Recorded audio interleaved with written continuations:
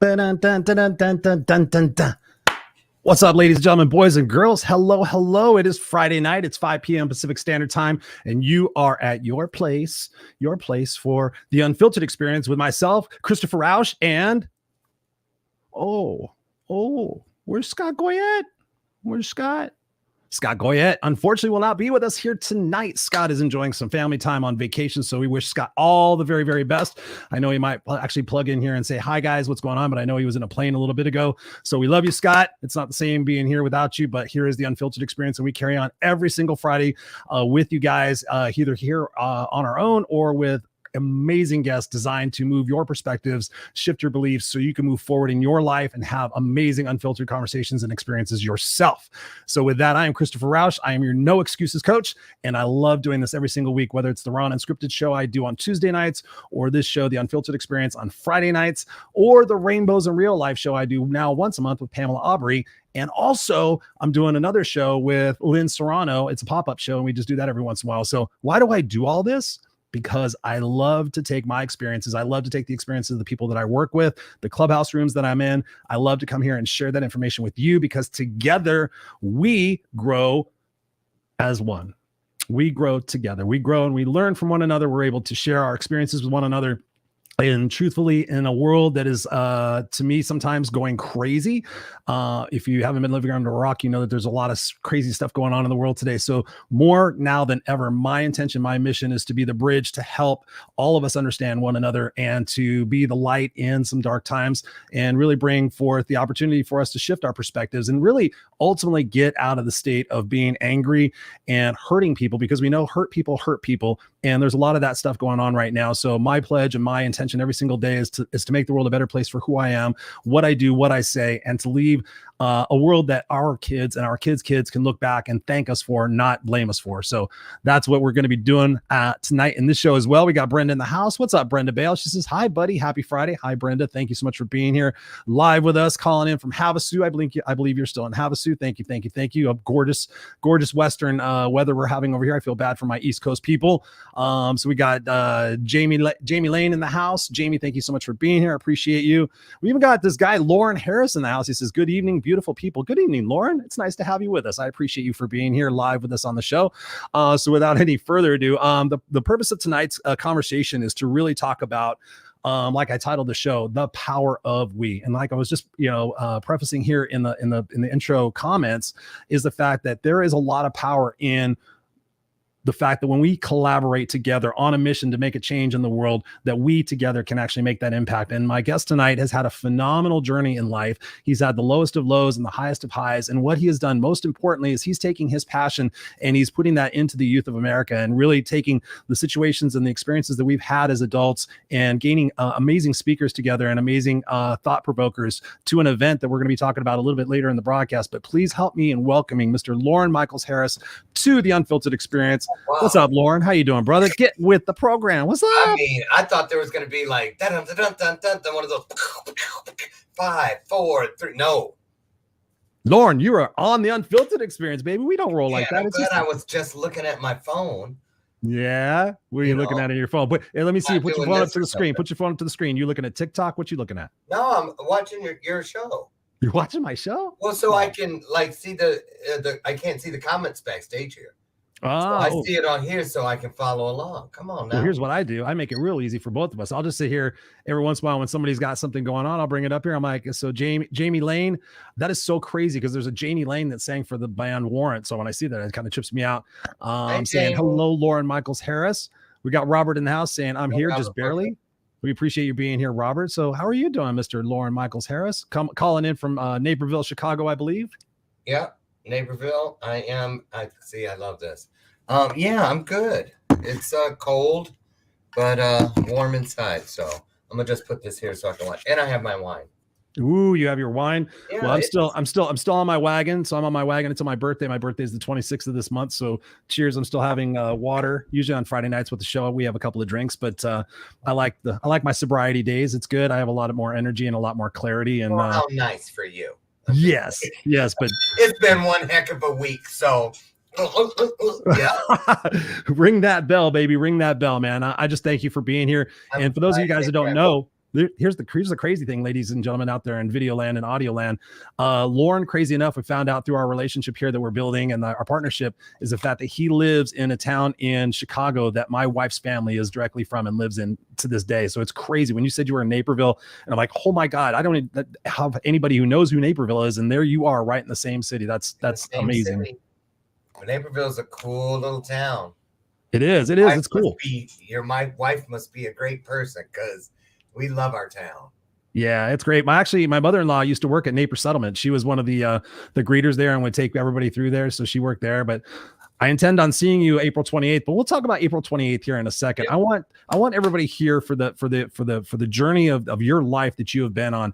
I would like for you to share a little bit about who Loren Michaels Harris was, and let's jump off that point and let's. I got some questions for you, but I'd really love you to share your story and impact some souls tonight with the journey that you've been on. Sure. Well, he wasn't Loren for the first 11 years. He was Larry. So, I was a kid known as Larry Dixon, Dixon, for Larry Dixon. Yeah. Larry Lee Dixon. That's who I was. And, I lived in a little town in Michigan and, Niles, Michigan to be exact. And I had a family who I actually looked like them. It's uncanny. I look more like them than pretty much everybody in my biological family, actually. But I didn't know. I didn't know that I wasn't a member of that family. I had no reason to know. And they didn't tell me. But then afterwards, I'm getting a little ahead. My adoptive mother suddenly passed away when I was 11, and then it all came out, of course, because the courts and stuff stepped in probably within the week after I think we had the funeral. Within that next week, they came and got me. So, but I didn't, it was just so quick. You're still grieving, and because she wasn't sick or anything, she's had a major stroke after we came from the grocery store shopping one night, Wednesday night, and that was it. So, so at 11 years old, you lost your biological mother? No, I lost my adoptive mother. Oh, okay. I didn't even know that I'd been there since I was a week old. Okay, gotcha. So I didn't know any different. And then I'm like, what are they talking about? What is this lady talking about? And nobody would look at me and my family. They were all turning away. And so anyway, I had no choice. I did leave with her and entered the system. And a good thing, sometimes I think it was a blessing that it was so soon after burying my mom, because I was still kind of numb from that. So I didn't have any energy. I was all cried out. I just, I was shocked and stuff, but I didn't have any place. I don't think I could have dipped any further down than I was. So that was actually, in a weird kind of way, probably a good thing. But and I was in a Seventh-day Adventist family. So I don't know if any of you ever heard or know anything about that, but very strict religion. Yeah. Go to church on Saturday, and vegetarians mainly. And you just, all these different rules. People always get us confused with, what is it? Jehovah's Witness and all those, those really strict ones. So Mormonism, that sort of stuff. So it's kind of like that. So anyway, so I had, grown up in that world. You don't watch television on, you don't do anything from Friday sundown to Saturday sundown. You don't wear jewelry. Just all these things. You don't play cards. You don't read comics. You do all these rules. You don't eat black pepper. Just all these, hundreds. That didn't make any sense, but you're like, oh my God, I'm going to burn in hell. So I was suddenly I say all that because, it kind of helps for the front story. I leave there and I go to a foster home where, first of all, they're white people. I've never lived with white people. Wow. And I'll just say, I'll never forget this. When we got there, these are the things that, how silly, this is a kid's mind, the things that stick out in my mind. The first thing that I knew I was going to hate this place, because we had it was, for me, I loved our house. It was all I knew, but we had a big yard and it was clean and it was this and it was that. You know how your house has its own smell. Well, as soon as we got there, they had a big dog chained to a tree, and it there was no grass where it was always running in that circle. Oh, geez. Poop and crap everywhere, and a car up on blocks. And as soon as we walked in, it smelled like fried food, like fried potatoes or pork chops or just that hangy smell. Yep. And it was like shag carpeting because this is 1976, and it just was. I was like, oh my God, no, what's happening? And anyway, and it went from bad to worse because that was that very first night in foster care. There was a predator in that house in the way of the father there, and yeah. So, yeah. What about your biological father? So you were placed for adoption when you were young, and then your adopted mother passed away. What about your adopted father? Was he in the picture, or your biological father? Adopted father, and I wasn't even really adopted. That's the story. You must not have seen my Goldcast video. I personally know your story, but I'm just trying to paint it out here for people who don't know you. Oh, okay. Yeah, I know your story backwards and forwards. Okay. Yeah. So my two moms. My birth mom, Lucille, who I really refer to as my Eve because she bore me. She was a single mother who had migrated to Michigan from Arkansas with some other women. I think there were 3 or 4 of them. And they all had kids, and they all were getting away from bad relationships or whatever. My dad, my biological father, actually, the reason my mom had left him, she found out he was simultaneously married to several women, or that was the story. Wow. He was an over-the-road truck driver. Yeah, I was his 19th kid, so Papa was a Rolling Stone. Damn. What's his name? Who's that fool that's out here having kids all the time? Fucking, what's his name? Homeboy. Kevin Hart just bought him a machine full of condoms. Fucking Mariah Carey's ex-husband, Nick Cannon. Jesus. Oh, Nick. Does he have a lot of kids? Yeah. But 19 kids? You were the 19th kid? I was the 19th kid. And the crazy part is he always convinced the women. This is what his wife told me when I spoke to her on the phone when he was dying. He wanted to meet me, but it was too late. And so she said, yeah, and all 19 of you have names that rhyme. So Sherry, Mary, Terry, Carrie, Perry, Larry. Yeah, I bet there was even a Dairy. I don't know, but yeah. I was like, well, dang, I'm lucky I ended up with Larry after 19 of them. What's left? Sherry. So, so anyway, and it wasn't really like I was supposed to be adopted. It was a deal to take care of me temporarily. And I guess, my adopted mom, didn't expect to get so attached, and she did. And they just kind of kept me. And, my birth mom later, I met her when I was 32 for the second time. And she told me on her deathbed, she didn't even, all the 20 years that I knew her, she never even showed me this letter, but she did show me a letter before she died and said she didn't know if she would ever tell me, but she felt I had a right to know. And as soon as I looked at the letter, I recognized the handwriting as my adopted mom's. I'd forged it enough on parent-teacher conference slips. And so and it had said in there, I'm sorry I disappeared. I didn't know how to tell you, but the baby died. So, but my mom, Lucille, my birth mom, that's in the Goldcast. That's one of my favorite parts of that video. I'll never forget. And she says, well, I'll tell you one great thing you've done by finding me today. She goes, I know now for a fact that when my time comes, whenever that may be, I will definitely die a happy woman because I now know what happened with you.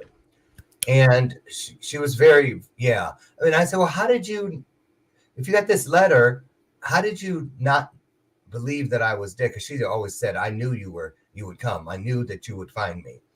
And I said, well, how did you not know that I was dead? Like they said. She goes, oh no, you and I were once one person. And she did like pregnant women. She put her hand on her stomach. And that's in the Goldcast video. They show that naked black woman laying on that table pregnant, and she touches her stomach. And that video actually really did something because I had never seen myself or pictured myself inside someone's womb. Right. Like a pregnant, because I just didn't. And because there weren't pictures, there were no baby pictures of me. I'd said that you could lay 5 pictures of little black babies or even little black boys. I mean, I think I would know myself at 5, But anything younger than that, I don't think I've ever seen a picture of myself any younger than 5. And then I would only see those pictures like from kindergarten, first grade, and second grade briefly, like bringing them home from school in the little envelope with the window, you know, what you cut. Yeah, I still have them. Yeah, and then the whole caboodle of them would disappear because they wouldn't even cut them. There are people in my family right now in that family and they still won't let me have them. What? Oh, no, they still, when this career broke for me, Steve Olsher did a thing on me and was on tour and wanted he opened his show with my story and wanted some young kid pictures of me. And I realized I didn't have any and that I'd never really seen any except for school pictures. So they have literal, because I have nieces that go to their parents' houses and will sneak in a room wherever they keep their photo albums and take pictures of me so that I will have them. And there's whole sheets, all the pictures that are still connected, like inside of photo albums. And I'm like, why wouldn't they give me one all these years still? So anyway, just weirdness. Wow. That's unbelievable. Do you have any idea why they would do that? Because, you know, secrets. They're still in that mindset of keeping those family secrets, you know. Jesus. That's a long time ago. That with pictures, imagine the secrets they keep with stories. And when I say they, I mean people. You know, I'm not the only one. 18 others. Oh. Do you know them all? I mean, do you know them all now? No, I don't know any of them. Oh, geez. I don't know any of them. You know, I kind of wanted to go and find out more about my biological dad. He left a trunk for me with stuff in it from his army days and stuff, but I didn't go because, you know, I was actually a product of rape. I found out later from one of my siblings, the oldest brother, who was awake the night it happened and helped clean her up and stuff, blood, lip and broken stuff. And he said he actually flew back in after we had the big weekend where everybody came to meet me. He came back like 3 weeks later and secreted himself in and said, don't tell anybody I came. And he met me and then he told me the story about that night. And he goes, yeah, and that happened. And I helped her clean up the room and everything. And then 9 months later, you came. Because there's two siblings. There's 2 siblings above me from her next husband. Not my oldest 2 siblings and I have the same father. So he kind of came back in, you know, and that husband had died, that second guy. So there was no way I was his. And plus we looked totally different. I looked like the older 2. Right. And so anyway, that was all of it. So, you know, so, okay, great. Throw that one. Throw another shrimp on the Barbie, you know, oh, rape, no problem, you know, but I feel like this, to be honest with you. It's nothing is ever about how you start. It's always about how you finish, you know? So, and look, I can't complain. The very first time I decided to remove the shame from my existence, or at least try to by breaking my silence, I told my story in St. Joseph, Michigan, at a high school with some other storytellers that night. I listened to your mother and auditioned for it and did the thing. And that is, I didn't even have a YouTube channel. And someone said, well, you don't want to lose that. Or if your computer crashes or something, you should just start a YouTube channel, and just put that video up there and keep it safe. And that's what I did. It was the only thing up there for like a year and a half, maybe 2 years. And then Goldcast found it. I guess they have people that just go around and peek around and people's stuff. And I'm glad this time they came across my dusty, empty little YouTube channel, no subscribers. It wasn't for that. I didn't have a picture. I didn't have a banner or nothing. I just had that one little video. And they found it and produced it, but I didn't know who they were. And I had started this career. I was in the middle of building out the very first Power We Symposium. Wow, no way. Yeah. And I thought they were trying to sell me something. And they kept sending me for a month and a half. They kept sending me email after email. I was like, Goldcast, I'm not, kiss my ass. I ain't trying to. What do you want from me? What do you want to sell me, right? I didn't even open them to see what they wanted. And then we were sitting watching television on a Friday night, just like this, the one right before Mother's Day, because they wanted to use my piece for Mother's Day. and they'd never had a Mother's Day Goldcast video, they said. So the kid, Kevin, that they had in charge of getting me and finding me and locking me down and getting me to sign off, because they had already produced it. No way. Yeah, they were just waiting for you to approve it. They said, we want it so bad. They produced it. All they needed now was my permission to put it out. And so somebody went on Instagram from their staff and blew up that banner. You can't see it. I'll turn that banner. They blew that banner up. Whoa. And my phone number is down there at the bottom. And I was watching a movie with my husband, Brian, and it said Canada. And I was like, ooh. Well, I had just gotten hired by the government, the parliament, to come to Canada to speak. And, wow. Right. And so I was like, oh, it's probably them about my speaking thing. So I answered it, and it was Goldcast. And they were like, Loren, why aren't you answering our emails? We just sent you 2 tonight. And I was like, who are you? And so anyway, I go to it, and the subject line in the one for like an hour before said, Loren Michaels Harris, are you literally crazy? That's what it said. You're like, hell yeah, I am. Well, I didn't know. And they said, we're Goldcast. We take people viral. Bomb, bomb, bomb. If you were to pay us to do what we're willing to do for you for free, it would cost about $300,000. And I was whoa. Like, and they said, will you at least look at the video? And if you like the way we've shared your story, please give us permission to release it on Mother's Day, day after tomorrow. And I did. And it was just the craziest thing. And I'll never forget. What is greater than, which is what I refer to for what I believe is greater than. I'll never forget that Saturday night before it came out. They said, okay, now this is very important. As long as that video keeps changing, the numbers keeps changing, we want you to understand you're underneath like a geodesic dome, a bubble, if you will. A bubble of purpose where everything is working with you. As long as those numbers, you've got special forces, you've got special, superpowers and things available, because they were like really tricking me into believing something that I don't even remember not believing now. But right. I did at one point. Apparently I didn't believe it. And it said, this is the key. Don't pay any attention. Don't put don't get caught up in the numbers that you're going to see on this video to the left. And that's the actual views. It said, pay attention. What matters are the numbers on the right, the emojis, the comments, and the shares, because those are secondary reactions. Those are things that people did not have to do. Right. Views means somebody ran across your property. Doesn't even mean that they know who lives there, and it doesn't mean their feet are pointed towards your door. So you might not even matter. In other words, somebody just doing this.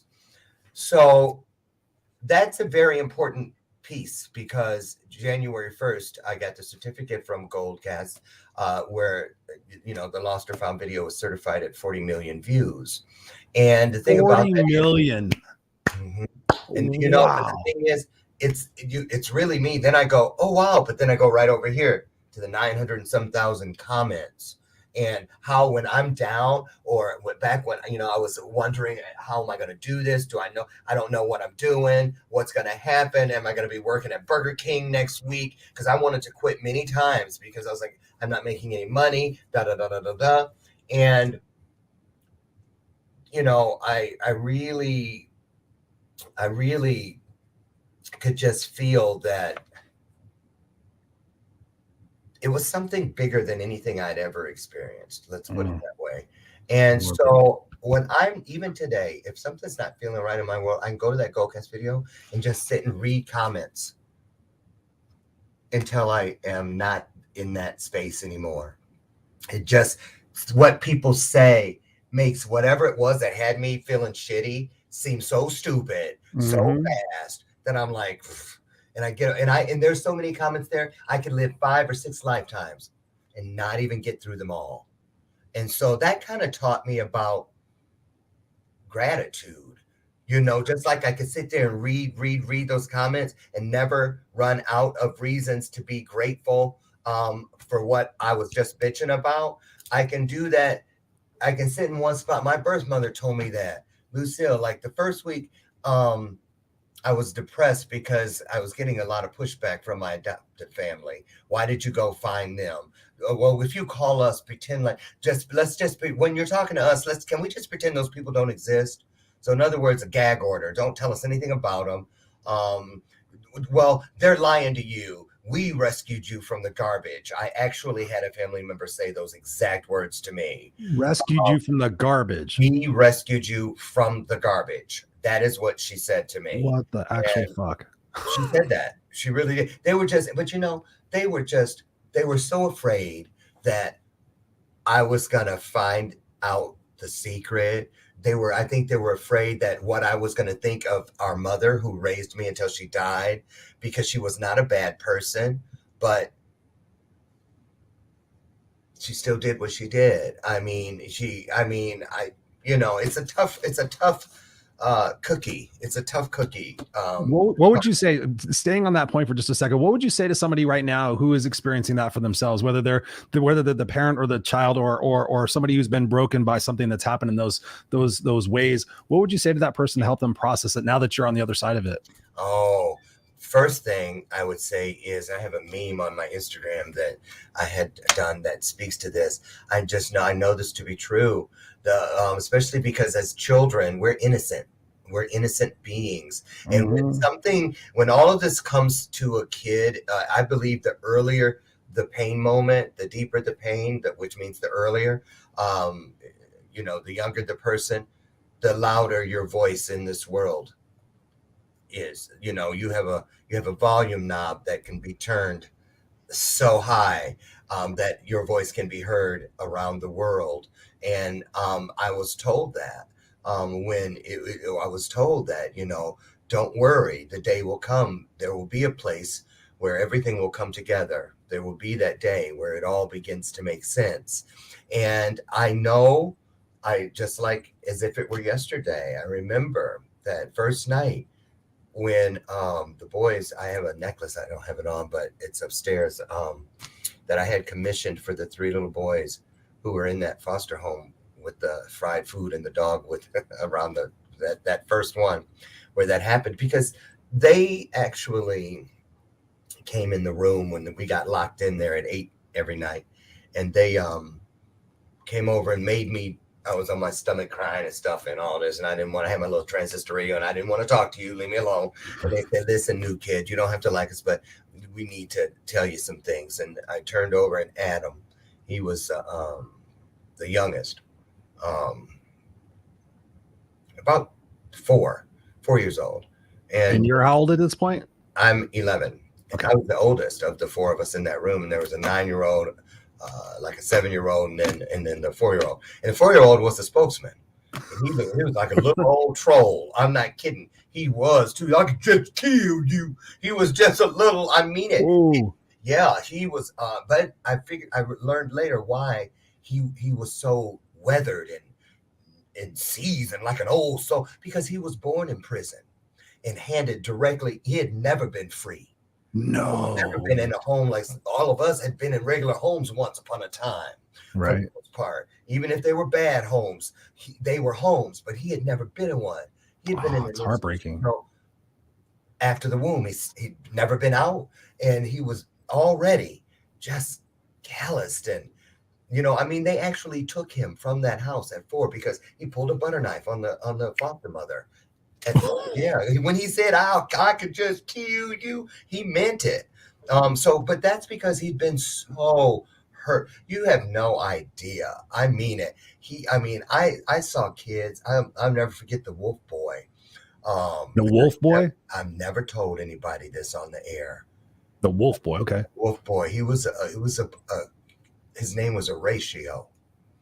And he was I was in a foster home, not the same one that I was talking about, but I was in a foster home where they kept him. He was in a metal crib that was way up high, not a crib down like you see in a regular nursery, but it was big and it was up high. Like when we walked in, it was like looking at a wrestling ring, right?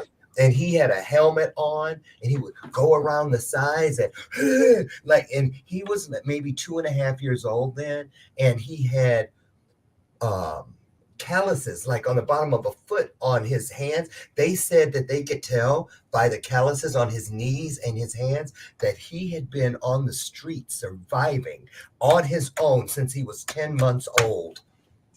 And when what the a year and a half old, when they found him on the streets of Chicago, he had been on the streets since he was 10 months old, crawling around. His little teeth that grew in were all broken and stuff. And he couldn't talk. He was like, and he'd go around and hold on to like an animal. And wow. So these back to the other kid. Yeah. So there so many kids whose stories,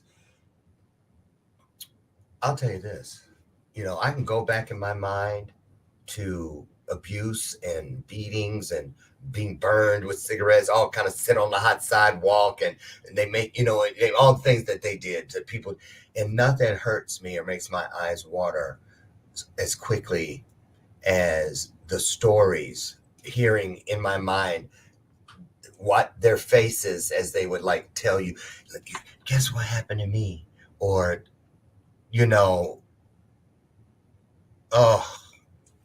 and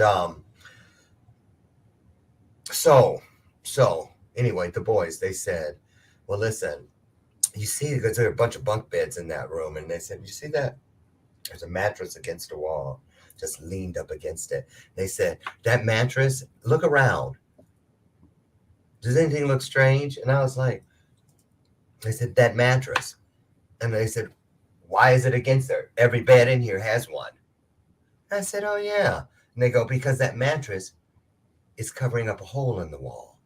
Oh. To a closet in another room, which is, it has a locked door. And then there's a bedroom in there, and it has a locked door. So there's 2 locked doors, but one man has the key to both of them. And tonight, because you're the new kid, he's going to use both of those keys, and he's going to come through both of those doors. And he's going to crawl through that hole behind that mattress.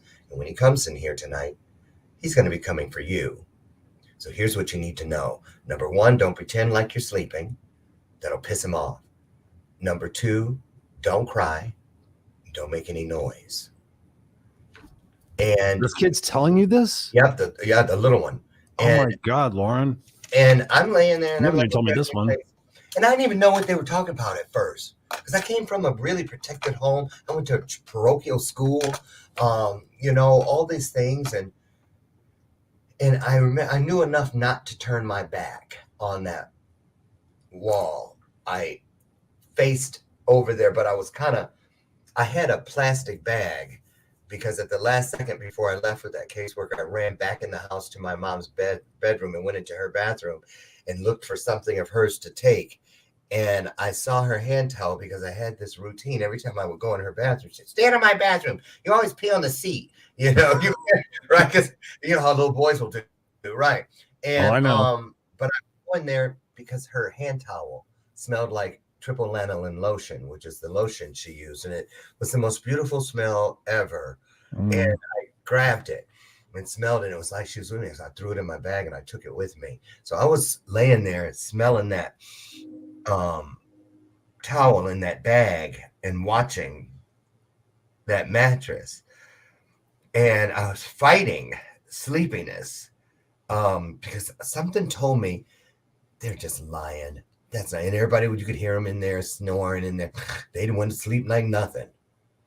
And then I saw the hand, just this part. I'll never forget. The hand came around and the fingers came around, and it was like something like took my breath and just cut it off. And that's when What Is Greater Than just took me and put me inside some protective cocoon and took me to a place where it would take me every time something that was too much for that kid, for that version. And it wasn't until recently, last year, when I did my master class and I finished it and I watched it by myself when it came back rendered, and I had a connection. I went back to the bed that I was sitting on that night that happened. And that kid was still sitting there just the way I'd left him, the way he'd been all the years over the decades. But after the master class, I was able to, because it was like, this is your life kind of thing. And I was sitting there with him and I said, and he was watching me sit in the chair, like this very chair, watching that monitor, watching the master class. But we were on the bed watching it together and just sitting there quiet. And he said, he turned, when it was all said and done, the master, he turned to me, took my hands and he goes, wow, thank you for coming back here and showing me why it was so important that we lived what we lived. And then he just like soul hugged me. It's the only thing I can, because it was in a body, but it felt like bigger than a body. And we became one again. And he said, now go back there and finish what we've started. And I found out, because my husband's a therapist, that that's a real thing. And I'm still in therapy I have an appointment Monday at the VA. And my therapist there even told me, yeah, that's a real thing, where people that have been severely traumatized can come back to that inner child and together. And boy, it was just really remarkable. So, when you see, nothing is ever about just one thing. And when you really get to that point within your journey where it all does come together, where it all makes sense, where you can bless everything that's ever happened to you. And you know why I can? You know why I can bless and reinvent? Tell us. Well, Steve Osher, one of the first shows I was ever on, Reinvention Radio, and I had to come up with a topic. So I was like reinventing blame, which became a speech topic for me later. But it was, and I blame the foster system because they gave me that voice. They got me recruited to testify before Congress a few years ago about the ludicrousy of having trash bags still in the system. Kids should not still be moving. Oh, instead of luggage. Yeah. It's crazy. How can that be 40 some years after I was handed one? Kids are still be handed, here, take this. How can a kid ever be already has a shitty life? Why should you hand them something that says you're garbage? Yeah. That's fucking mind blowing, dude. And that's what here, take this trash bag like it's nothing. So,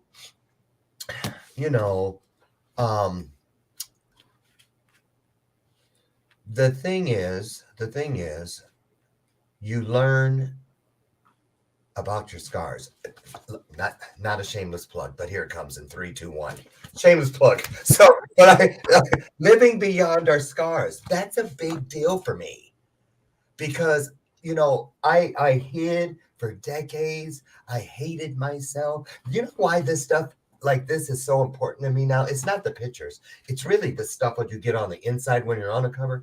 But because, just 6 years ago, if you go back on social media 6 years ago, before I started doing this, when I was just a regular person, an event plan, I didn't have any website. I didn't have any on Facebook. It was just the silhouette guy. I never put a picture in there. No one had pictures of me unless I was doing this. I washed my face and shaved and brushed my teeth for 26 years in the shower, never in the mirror, and never even knew that I wasn't doing it because it was convenient. I was doing it because I didn't want to look at what was looking back at me. Wow. And I didn't even know that until one day I accidentally caught myself in the mirror. And I thought it was another person in the house. It scared me. I thought it was someone in the room. And I was like, because I had not looked at myself in that long. How is that possible? Dude, that's crazy. I had done it. And so now to see myself like on these covers and stuff, the door that you think is the hardest, that nut that you feel is the hardest to crack, that thing I can never forgive it. Though anything that makes you want to say never, take a good close look at it, because that is most likely the door to your legacy, the door to your purpose, the door that's going to make it all bust open and make sense. And listen to people who used the things, Roseanne Barr used all the things that she was bullied about to become Roseanne the star. Jimmy Durante, everything that he got bullied about, the nosy stuff, he used it, so many people, Rodney Dangerfield, anybody, people that grasp and really embrace those things, those scars, those things that the people have used to try to knock you down, take you every place you were designed to go in this world. And that's what happened. And so that's why today my message of purpose is helping people honor their scars, because every scar has a voice. It is the voice of the story that came with it. I can tell you, I was 9 years old when I cut this finger, trying to sneak in the house through some new sash windows to scare my adopted mom while she was watching As the World Turns after school every day. Or no, it was The Edge of Night. Oh my God, I forgot about that. And I forgot to put a chair in there, and I was so short. I just dropped, and my finger got in between the thing, and it cut it and broke it. So, but I can tell you the whole story. How I ran out past her, spraying blood everywhere, just flew past her down the middle of the street screaming, "Give me a Band-Aid! Somebody give me a Band-Aid!" And some people threw me in a car and rushed me to the emergency room. My mom was running down the street trying to get me. Right. So we had to go back home and get the car and go. So anyway, but that's the story. See? I looked at that scar and out came the story. So if you look at the ones that you can see and you find the story, you name them. This is the new sash window. This was to scare mom, and I tell the story, how you're like, wow. Then I learn and I become it's not a monster under the bed anymore, the scar. It's not scary. So now I start working my way to the scars that I cannot see. Right. Giving them names and giving them voices and giving them permission to speak where I cannot speak. Let your scars speak for you. It's just like decision making now. When the human me can't make the decision I need to banish something that isn't serving me, I push the button underneath my desk and I call my soul up. Security, excuse me, thing not serving me anymore. I'm going to need that passport back. Oh, I love it. Oh, you're not going to give it to me, huh? Oh, we'll see about that. Security. And then my soul comes up, does everything it taught me to do. It thanks that thing that isn't serving me. Thank you for getting Loren to where he needed to be. Now go and do it for someone else. But your services are no longer needed here. Love it. So go on now. Go on. And it goes. And my soul, because my soul can make decisions because it knows where we're headed. It is it's our journey. It's a journey. So, I tell people all the time, and I know they don't believe me half the time, but I do mean it. First of all, I've always told what is greater than me that every day I want to be able to sit someplace and look and see just one thing and say, look at that sunset. You know what? If you can just guarantee me that I'll be able to see something as beautiful as that for 5 minutes longer at the back end of this journey, I'd go back and live all that stuff up to this point all over again, because life is that wonderful. And people, how can you say that? Well, you can, because number one, the minute you say something, think something, utter something, and you mean it, it instantly becomes meaningful somewhere in the universe, instantly. True. And that's why you have to mean things. To manifest, you must mean them.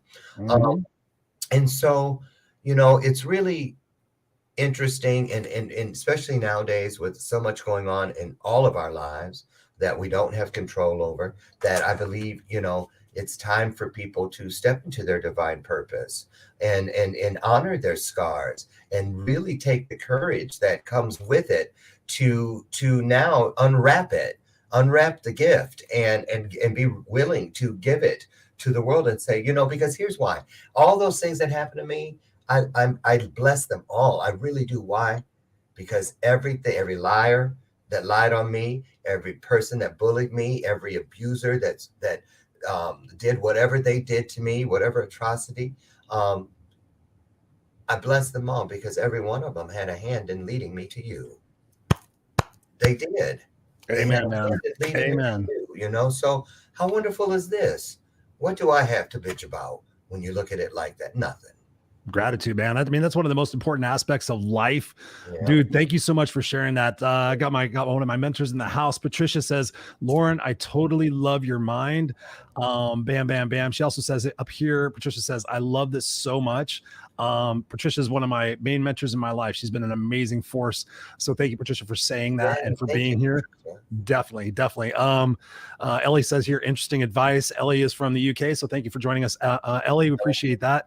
You know, one thing I want to do is I want to shift gears here for a minute. I can't believe we've already been talking for 45 minutes. You and I always can have an easy conversation, but definitely one thing I want to shift gears for is to talk about how I brought on the show and talking about the power of we and everything that you have shared in this experience already.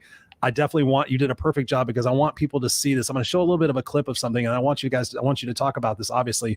So let's go ahead and I'm going to share my screen here for a second. So grab yourself something to drink here for a second. And I'm going to share my screen. Ask me twice. What was that? You don't have to ask me twice. Okay, here we go. All right, ladies and gentlemen, I just want you to watch this for a second. This is something that Loren is up to that I've been invited to participate in as well. So I'm going to show you guys just a little bit of this, and here we go.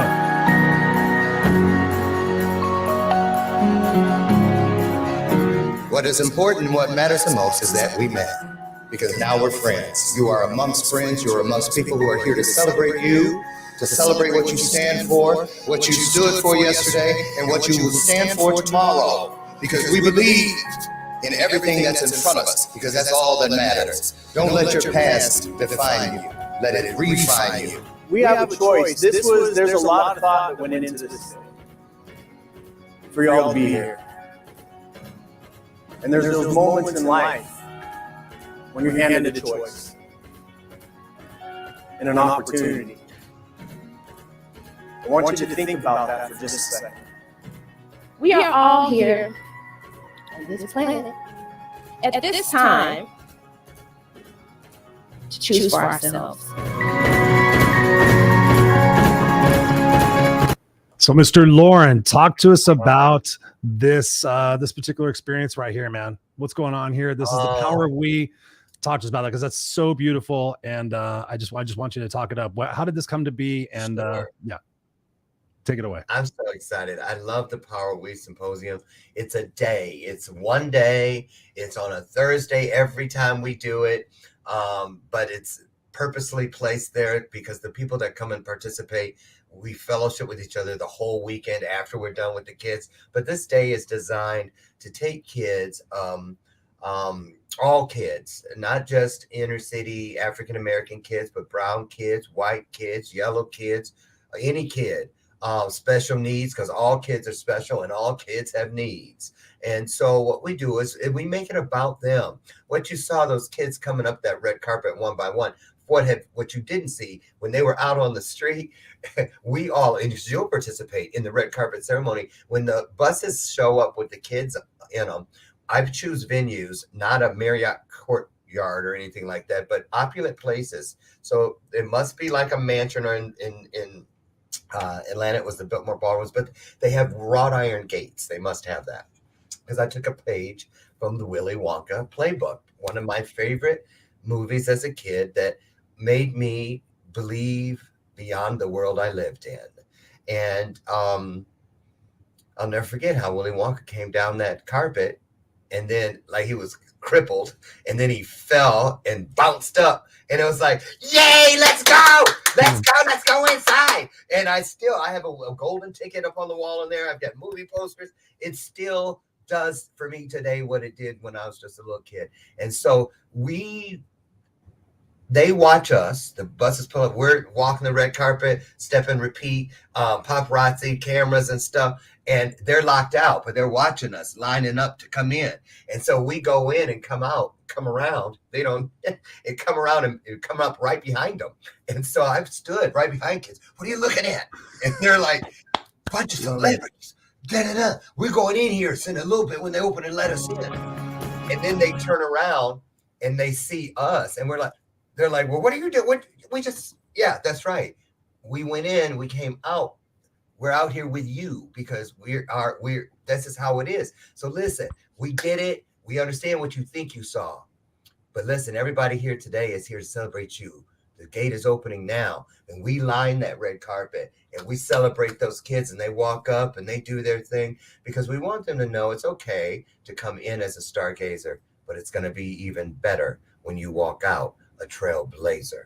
And that's what happens when we pour into each other. So I'm just going to say, in the Power We is a special. If anybody is watching, I don't know who's out there watching, but if anyone is watching has been to the Power We, put it in the comments, because everyone says that it is just something unlike anything they've ever experienced, and they know, and no two are the same. So it's an anointed experience. And again, it is to give kids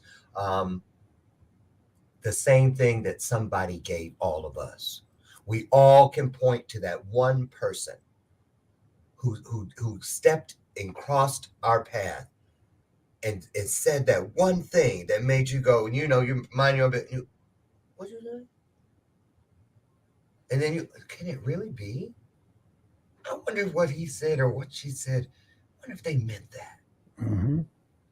And that's all it took. The seed had been cast, and all those things that we thought were horrible things for us were actually the best miracle grow fertilizer you could ever find. Because I tell you what, one day when you stand like I feel I do every day, and I look out, this isn't a magazine, this is an orchard. This is a vineyard, because when people pick it up and get fed from the stuff that we're doing in it, one day you're going to get to stand somewhere and you can say, wow, look at the grapes over there. Those are the juiciest, plumpest peaches ever. Wow, look at the size of that tomato. Just like the kids did when they went inside Willy Wonka's factory. And everything was edible. And you're going to say, who grew all this? And they're going to look at you and they're going to say, you did. These belong to you. This is your bounty. This is your harvest. Because you planted every one of these seeds and you pulled all of the weeds that tried to choke what you're looking at out. And that's well done, good and faithful servant. Well done. And that's what it's about. So, the Power of We is to get this kind of stuff inside these kids, our swag bags. And if anybody has anything they want to donate to the swag bags, get at me. 250 of them we have to fill up, and they don't no two look alike, because, it could be a note of encouragement. It could be a book that you've written that has a great message.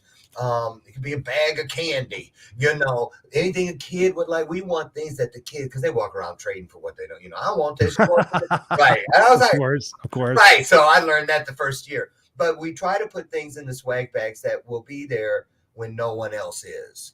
A message that can remind them, even if they pick it up. It doesn't have to be expensive stuff. I know when I moved out of my first, moved into my first apartment, after parole and all that stuff, and living in the shelter, which is where I was when my birth mother died. I was on my way back to the shelter when they called and said, come back. She just left. She's gone. And that was the end of that section of my life. The day she left was the day this began. So I just know what I know. And so it's the kind of thing where, you're going to find out firsthand, Christopher. And I just want to say this about you. I'm excited, beyond excited. Well, and I just want to say this because it's your show and people are watching you. And I want you to know, I'm very particular about who gets in there, who I entrust to be close to these kids and stuff. And I really didn't know you that well. But it was so instantaneous. And I was told, just like I was told when I was chosen for the people that have helped do pull off the first two Power We Symposiums, and they were chosen for us. That's what happened. I heard the same voice. I heard the same thing that said, this guy, get him there. He is a part of this. And I didn't even budge. I didn't question it. I didn't ponder it. I just came right at you and said, right. And people see and they look in there. You and Wally Green are the only people that are brand new that have never been a part of this. And I'm just so grateful because I don't know. I know one thing. None of us will ever most likely Never open up your doorbell ring first thing in the morning. You open up and there's a lot of people waiting to tell you good things about yourself. So when I get the opportunity to bring someone into the inner circle of the Power We Symposium, it's not because we are the same garment from the same factory. It's because we have matching swatches of fabric that prove that we were cut from the same boat of cloth. And that is what purpose is all about. I live for it. So brother, I'm really grateful that you said immediately, I'm there. And you're going to be our, well, we can't say what you're going to be. Well, because you know why. I know. Yeah. Let's just say I'll be there and I'll be square. Yes. And he will be in front of the audience the entire day. So looking forward to it. And we really hope that if you have a story, you were a kid and you came through stuff and you are someplace else, someone else today, because of it, you are better. And you want to, I'm telling you, we sit there, we're knee to knee, heart to heart, eye to eye, elbow to elbow. And it's adult, child. And you would be shocked at how much you have in common to the left and to the right. When you have, when it's been set up for it to be that way. So we want these kids to leave there with something when they're at the end of, I want them to leave with the same thing I want. And I want just like that back there, just like all the other things, little things. One day, I'll look at it and I'll see that this is your life moment, and that everything that gives you, that provides a fond memory, things that anything that's a first, we remember our first. It's hallowed space, and these things happen so that you understand just how important it is what you've come here to do, and don't miss any of what you've really done. Because, they don't expect the world to get it. Some people's legacies, Martin Luther King didn't see any of his stuff come to pass. And he even said it, I may not get there with you. Yeah. So you have to, I call that the Johnny Appleseed mentality. You just have to cast the seeds. And that's why, the road to hell is filled with good intentions. I never could figure that out, but now I know what it is. Good intentions. This is the intention, pulling the arrow back in the bow, but never releasing it. That road to hell are the corpses of the people in this position, not the people who let the arrow fly. A lot of us won't do that because we're waiting for the perfect target. No, just let it go. The truth will always hit its mark. Always.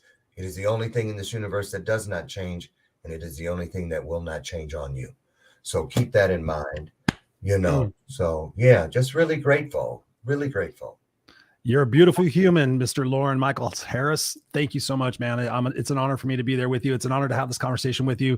I appreciate everything you shared. Obviously, Patricia's here, a big fan. She says, you are a lotus. Absolutely appreciate it. Ellie says here, it sounds awesome. It is, you guys. She's like, why wasn't this around when I was a kid? Learning as an adult is so friggin' hard. Absolutely. Monique is in the house. What's up, Monique? Kick-ass Monique. She says, Christopher Rausch is the most amazing man ever. So positive and speaks the truth. Monique, you're a sweetheart. I love you. Thank you, Monique. Monique and her mom watch the show and tune in here. So I know Linda's around here somewhere. Thank you, Linda, for being here. Patricia says here, we are one breath, one humanity. And I love Christopher and will absolutely help. I have known Christopher over a decade. She has. I'll tell you the story about the believe on my wrist when I see you.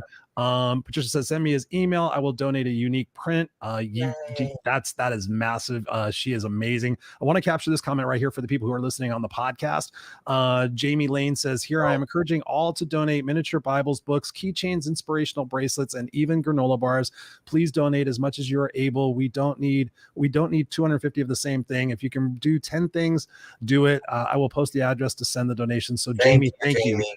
Yes, and we've got the address right here for you guys. For those listening on the podcast, the address is 1695 Smoky Court, Naperville, Illinois 60563. Again, 1695 Smoky Court, Naperville, Illinois 60563. Please, ladies and gentlemen, if there's any, well, I'll talk about this in the closing thing. I'll make my plea right there. But where can people get a hold of you, Loren? And aside from here, and continue the conversation with you, because you've inspired so many people tonight. Oh, absolutely. Loren Michaels Harris .com is a great place. Facebook, any of that, and just private message me. I love meeting people that come through, people that I love. So that you're already, welcome, and you're going to be there. And we want you guys to come. It's nothing like being there, seriously. And just, the manner in which we bless is the manner in which we will be blessed. So keep that in mind, and we would love to have you there. And you get to see Christopher all day. So yeah, let's do it. Let's do it. Loren, I love you, brother. Thank you for being here. Thank you for being the person that you are, the soul that you are. I can't wait to meet you in person. I'm going to place you backstage here for a second. We're going to continue to keep this up here. Don't go anywhere, brother. I'll be right there with you. So there we have it, ladies and gentlemen, boys and girls. There is another episode of the Unfiltered Experience. Again, we're sorry Scott wasn't here to be able to join us. So we love you, Scott. We miss you. But ladies and gentlemen, boys and girls, here's what I want to say. And I know you guys have followed me both on the Raw and Unscripted show and here on the Unfiltered Experience, and you guys have seen my walk and talk videos. Here's my request of you. If I have inspired you in any way, shape, or form, caused you to think differently about your past, present, or your future, have been any part instrumental wise of you gaining a foothold on your perspectives and your growth and just living your congruent life, please consider donating to this. Please consider, contributing to the swag bags, contribute to whatever it is that you possibly can to help make this event for the kids that much more special. I mean, obviously thinking about the times that we're living in at the time of this taping, for point of perspective, we've been going through COVID. We've had all sorts of different things going on in the world. There's a lot of shifts. There's a lot of negativity. And what there is a lot of, most of all, is there's a lot of hurt people. And together, the power of the togetherness, we can actually affect change. One person at a time, 10 people at a time, 100 people at a time. You and I, when we take our healing and we turn around and we give that to other people and we pour into other people like have been poured into us, that's what makes this world a kick-ass place. For me, if it wasn't for Bill White, I have no idea where I would be. I don't know if I'd be in a pine box. I don't know if I'd be in jail. I don't know if I would still be successful. But that man poured into me and believed in me when I was a 17-year-old, 7th grade dropout who had been living in the backseat of a station wagon, been, two suicide attempts, had a gun put to my head. A guy thought I was racist, which was the furthest thing from the fucking truth, to be the person I am today. And you all have had experiences as well. So it's our time now, not to be selfish and greedy and think that we need a house with 18 fucking bathrooms. Now is the time that we pour into our younger generation and we help them process through these moments. And together we can do that. So whether it's the Power We Symposium, whatever it is for you, whatever it is that lights you up in life, that you can make a difference, please go do that. Go do that. Stop with watching the news. Stop with following politics. Stop with all the, me, we, I, all this other shit. And I know you guys aren't that type of people because you follow the show and you guys are amazing people. But again, please do what you can do for this. thepowerwesymposium.com. Reach out to me if there's anything that you would like to provide or anything. Questions I can answer for you guys. Because again, I'm going to be there. I am blessed to be there. I am totally excited about this. April 28th, I will give more information. You guys will see this on my Instagram and my Facebook as well. So again, I appreciate you guys. Let me just grab a couple of these comments before we close out. Ellie says, thank you so much for sharing. Thank you, Ellie. I know it's over there in the UK. You guys are 9 hours ahead of time, so I know it's in the middle of the night. So thank you. Andrew, what's up, man? Andrew Rimkus is here. He says, have a great weekend, guys. Thank you, Andrew, for spending your time with here. I appreciate you, brother. You and I have just recently connected, so thank you for being here. Robert in the house. Sorry, Robert, I haven't been able to get to your comments, but man, I always appreciate you being here. Here you say, I see things coming together, but there are two circles that need to blend. It has just begun, but may not happen. Well, the only way it won't happen is if we give up. And together, Loren and I and the rest of the gang, especially in this endeavor or my endeavor with Help Heal Humanity, you guys know I'm involved with that. Everything is just about taking our trash and making it our treasure and being able to impact mostly the youth. I mean, you guys know I have a 5-year-old son. I'm passionate about leaving this world in a much better place than it was when I got here. So I encourage you guys to do that as well. Monique says here, love this. The positive vibe is so dope. Well, thank you, Monique. The best thing you can do for me is you can go out and pay it forward. Go out there and make your network, your area dope, and have people watch this show on the replay. You guys can find it on YouTube and Facebook and everywhere else. So yes, Ellie Lawton says here, I'll be over on the next plane. Appreciate you, girl. I can't wait to meet you. Lauren says here, thank you everyone for sharing. He's backstage typing. That's funny. Monique says, you have inspired me in so many ways. Well, Monique, thank you very much. I appreciate you, darling. You're an amazing soul. And she says, say that again, Christopher. I'm not sure what I'm supposed to say again, but you rock, sister. Ellie says here, you inspire me and keep me on my toes. Love it, love it, love it. Patricia, love. Thank you, Patricia. I love you. Still got to connect, by the way. And Andrew says here, finally, never give up. So that's our intention every week with the Unfiltered Experience. Go check us out at www.theunfilteredexperience.com. Follow us on Facebook and join the conversation, the Unfiltered crew. And please join us here again next week, Friday, 5 p.m. Pacific Standard Time, 8 p.m. Eastern Standard Time, your place for unfiltered experiences and unfiltered conversations. I'm Christopher Rausch, and on behalf of Scott, Goyette, and myself, we love you. Stay classy, and we'll see you next time on the Unfiltered Experience.